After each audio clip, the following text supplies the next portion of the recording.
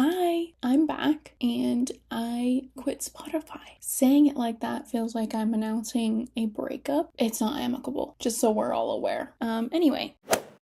In an old YouTube video of mine titled Spotify Wrapped is Changing the Way We Listen to Music, I discussed the way that the surveillance culture surrounding Spotify Wrapped is making us think about how our Spotify Wrapped will look when we're listening to music throughout the year, which leads to performing your music taste even when you're listening to music alone. Spotify is making our listening experience into something that you need to post about. When we listen to music, we should just listen to it because we like it, not because of how others are going to perceive us when they find out how many hours of a certain artist we've listened to. Also, there's no intentionality there. When you're listening to that much music, and that's the goal, is to listen to a lot of hours of music to show it off, we're not intentionally listening to music. So the point is to just have background noise? That feels disrespectful to music. I don't know. I'm not the music police. Listen to music however you want to listen to, but make sure it's the way you want to listen to music and not the way you think your music taste should be portrayed. Anyway, I don't want to get too preachy. That's not what this is about. I hope you're still with me. And if you are still here, consider subscribing and looking at my backlog of videos. Maybe you'll find something you like. Let's get back into it, please. Before I quit this past February, I was a loyal Spotify fan and paid for Spotify Premium since 2019. On Price Timeline's chart portraying Spotify Premium price changes, you can see that the monthly subscription costed $9.99 until 2023, then increased to $10.99 in 2024, then $11.99 in 2025, and now $12.99 in 2026. For many people, $290 million to be exact, the app is worth the monthly cost no matter how much the price increases. But for others, the consistent yearly dollar jump has made Spotify a little less desirable, and that is what ended up making me leave in the end. It was more of a reality check, I guess, on what am I really gaining from this, and is it really the best listening experience I can have for the amount of money I'm paying for it every month. I think the main reason that Spotify's price point is getting a lot higher is the many different features that they have been adding on. Features no one's been asking for, but still features nonetheless, including podcasts, audiobooks, and their new edition of Peloton Fitness. If you're not utilizing all of these features, then you're most likely overpaying for your music. Apple Music has significantly less users. They have about 94 million as reported by DemandSage, but they do beat out Spotify on price by $2 per month. They're only $10.99, and they've only changed once in 2022 when they were $9.99. Also, quality-wise, Apple Music does beat Spotify with their lossless feature. I think Spotify does offer the lossless audio, but only up to a certain amount. Now let's talk about CDs.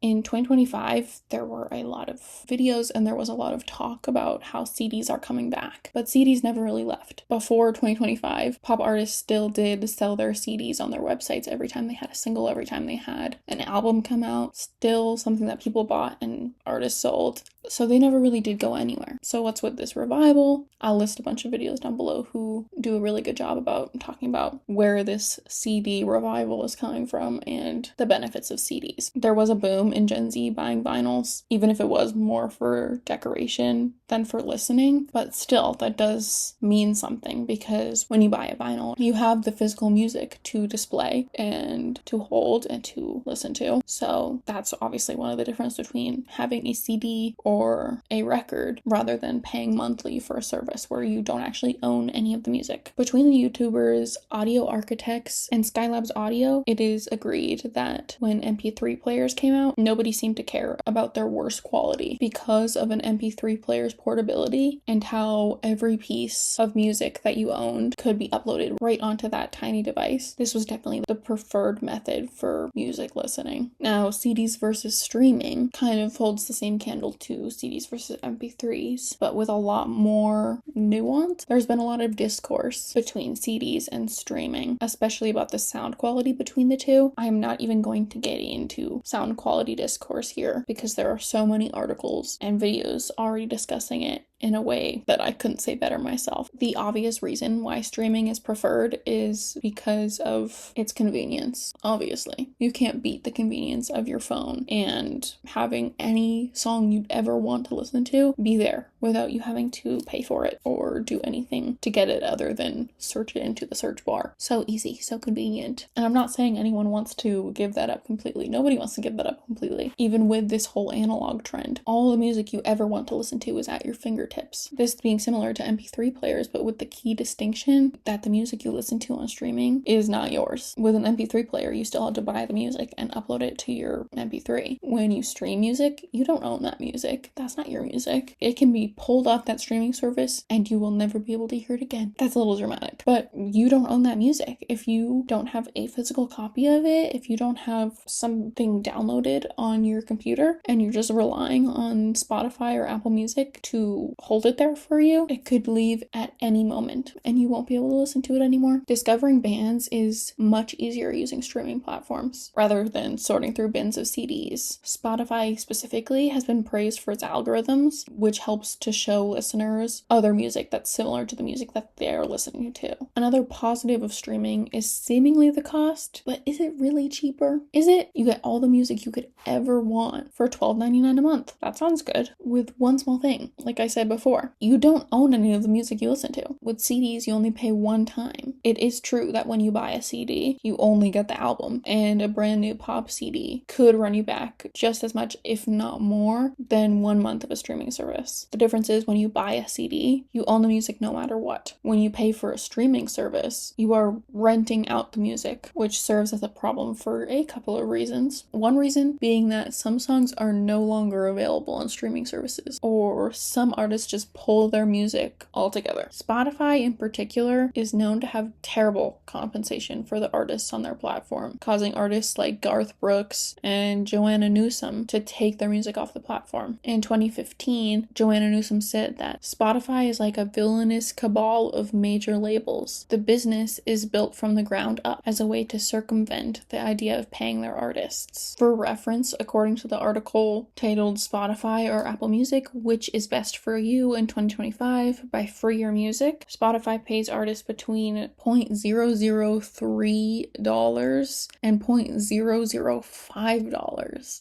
That is 0.3 of a penny to half of a penny, while Apple Music pays around 1 cent per stream. Still sounds kind of low, but better, I guess. And obviously, if you actually want to support your favorite artist, maybe you should buy their physical media, merch, because this clearly isn't doing it for them, especially if they're a small artist. Another thing, it has also been reported that some classic albums are being remixed and re-recorded, causing them to sound different on streaming contrasted to their original sound on physical media. For the ones that I looked at, you can still listen to both versions on streaming, but there are probably ways that the newer version is being pushed. Queen's remastered, remixed version of their first album has gotten people very angry and very annoyed. While I do have many different conflicting opinions about autotune, I will say that Freddie Mercury's vocals should definitely not be manipulated in that way. There are so many reasons why this upsets me and annoys me. One being that Freddie Mercury is one of the greatest vocalists ever. He has no need for it, and his music should not be having decisions made about it posthumously. Of course, autotune can be used as an artistic choice, like with T-Pain and Kanye West, but applying autotune to Queen's discography is not that. So I'll link 2 versions of their song down below so that you can listen to the difference in their first album ever recorded and their first album remixed in 2024.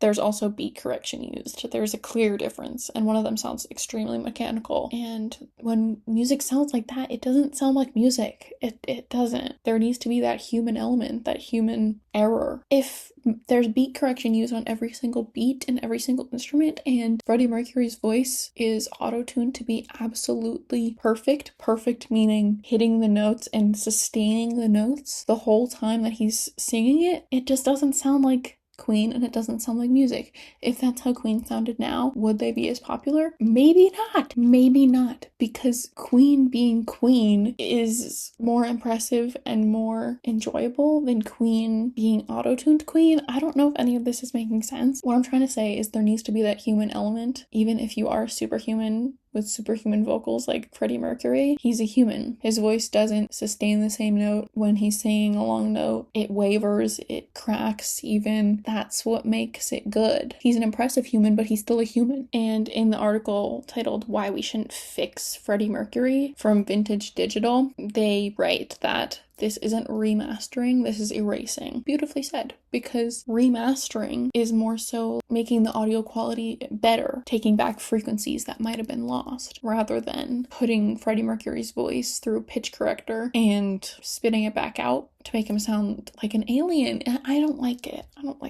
We're moving on. My favorite reason as to why I prefer CDs over streaming is the intentionality with the music that you listen to and being ritualistic with music. From Cheap Audio Man's YouTube video called You Should Buy CDs, Seriously, It's Important. He talks about the revival of CDs in 2025 and 2026 and what makes them different and why people who say that they love music should listen on CDs rather than only on streaming. Streaming isn't all bad. Streaming is not all bad. This is not what I'm trying to portray. I'm just saying that maybe you should have a backup for your music. Maybe you should. What happens if your power goes out? What happens if you lose internet? What happens if Spotify shuts down all your playlists, all your albums, all the artists you ever wanted to listen to or have listened to or love? Gone. You no longer have access to it. Maybe you should start a CD collection. I don't know. Anyway, Cheap Audio Man says, CDs make albums feel like albums. The tactile involvement makes your listening session stronger. Rituals turn listening into an event. It prepares your mind for the experience. It's not just background noise. Putting a CD on and having that tactile involvement makes the music feel like music and feel like an experience that you're having with the artist, rather than just putting on music to have something in your ears.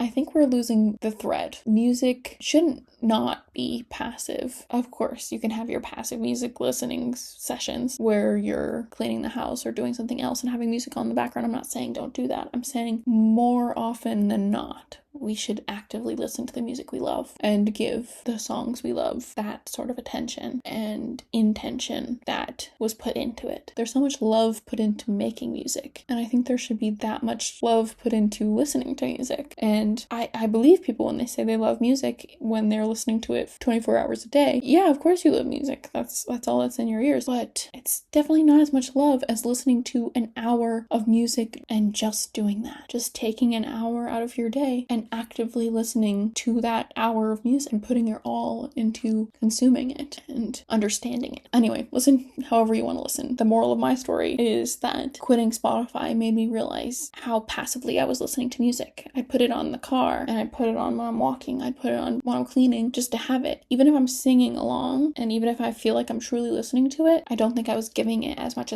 attention as I should have or as much attention as it deserved. Listening to music and playlists is fun. I love playlists, but for now, I haven't made a playlist since I quit Spotify. I'm more so just listening to albums, and especially listening to albums the way that they were supposed to be listened to, front to back, rather than picking out songs that look like they're gonna sound good or just the singles.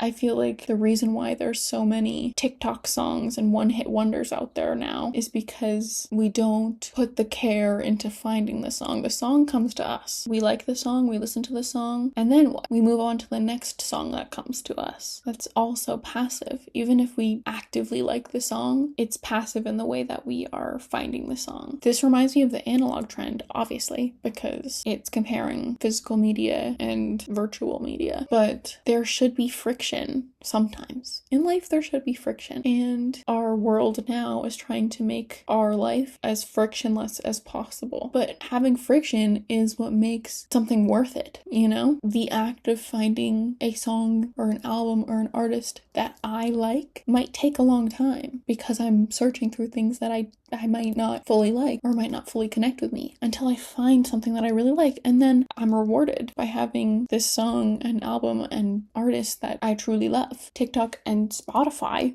is short form content now, just putting that out there. That's another reason why I wanted to leave. Why? The scrolling on Spotify makes it so that artists focus on only a certain part of a song and focus all their energy into this pre-chorus, this chorus, whatever it may be. Sometimes a bridge. Sometimes a bridge is what blows up on TikTok. And they push that, and then everybody knows that part of the song. And then you get to the real song, and it's not that good. Like, yes, songs are getting shorter, but the main thing that's happening is that people are only caring about certain parts of songs. So obviously songs are going to get shorter. What happened to the bridge? No one cared about the bridge. Anyway, what I'm trying to say is that sitting through something you might not think you're going to like is rewarding, because sometimes you do like it and sometimes you don't like it. So picking up a random album and realizing that you don't like it is a win, because you're realizing something new about yourself. You took the time and you took the effort and you took the energy to have this new experience, and you realize you don't like it. So next time, pick up something else. That is all I have. Take a look at the resources in the description to go deeper into whatever rabbit hole you're researching right now, and I will see you in the next one, hopefully sooner. And yeah, subscribe, like, I don't know. Bye!